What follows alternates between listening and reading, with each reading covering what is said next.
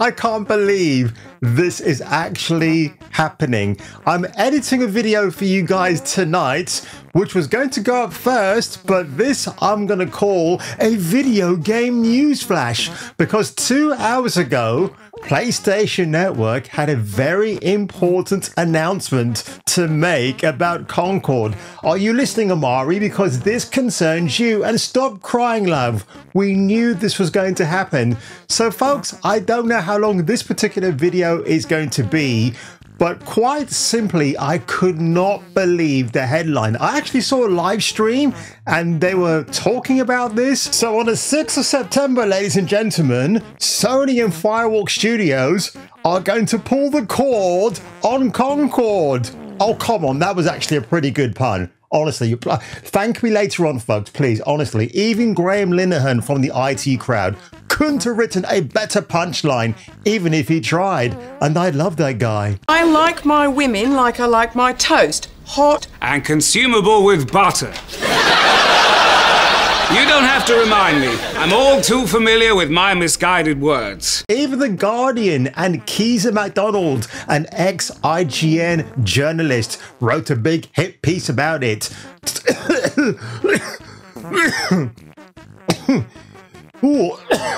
A few moments later. Oh, yeah, so sorry about that cough, folks. Good grief, I think I was choked up with emotion.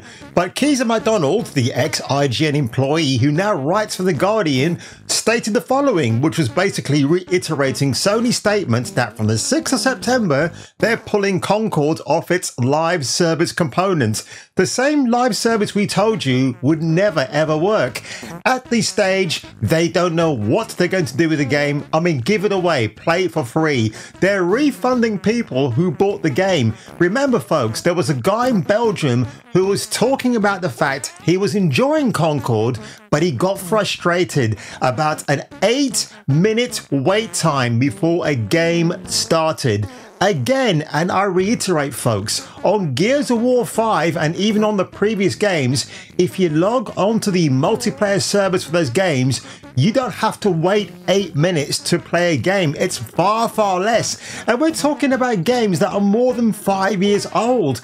Isn't that incredible? Firewalk Studios, you might as well say goodbye to your paychecks, folks, because I think, and I'm sorry to say this, you might be out of a job soon. Sony, what were you thinking? Stellar Blade, your biggest hit of the year, or should I say biggest tits of the year. And yes, you tried to employ censorship on that one. Of course, we all found a way around that. But obviously, it seems Western gaming is still kicking itself in the proverbial nuts. I don't understand what is going on. Again, Keezer MacDonald in her article here mentioned Helldivers 2, which is the big breakout hit for Sony back in February, selling more than 3 or 12 million copies in 3 months, which is pretty amazing, actually. I've got to say, handy to that game, but of course Black Myth Wukong came and stomped all over that by selling 10 million copies in only 3 days.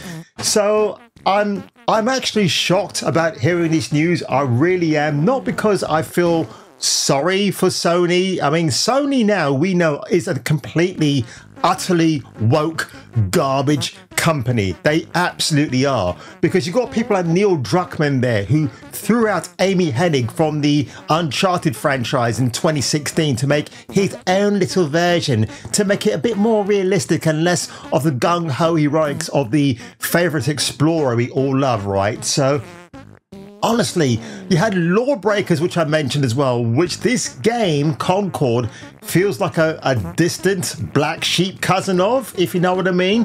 But I'm just going to change screens very quickly, folks, because there's not a lot more I can say about this, except I am absolutely astounded. I mean, wow, the game's only been out for 2 weeks and they ran into so many problems. It's one of the highest profile flops of 2024, folks. And I think it won't even stop there. Will Assassin's Creed Shadows suffer fools gladly with a similar kind of reception? Time will only tell, but Concord, Imari, Vale, the other characters who I don't really care about, I guess you'll be saying hello to your little friends more sooner than you expected. And Firewalk Studios, well, if you embrace DEI and ESG and you try to force players to accept these nonsensical, ideological base terms, then what's going to happen? Players are going to reject, or maybe quite simply, nobody wants an Overwatch or PUBG clone. How about, oh, I don't know, sitting down at a desk, brainstorming a particular game, maybe get the online fan base involved, get them to contribute ideas, what you want to see in a video game, get rid of the DEI, the ESG, give us attractive male and female characters. And yes, I'm making my hands into the size of a bosom because you know me already. I love to. And on that one, folks, if you enjoyed this quick video today, leave a like below, smash that subscribe button, and watch out for my Batman, or rather, should I say, Justice League Kill the Suicide Squad video, which will be coming up after this. It's about 23 minutes long, and that's just the introduction. So I'll see me returning for the next video. Rest in peace, Concord.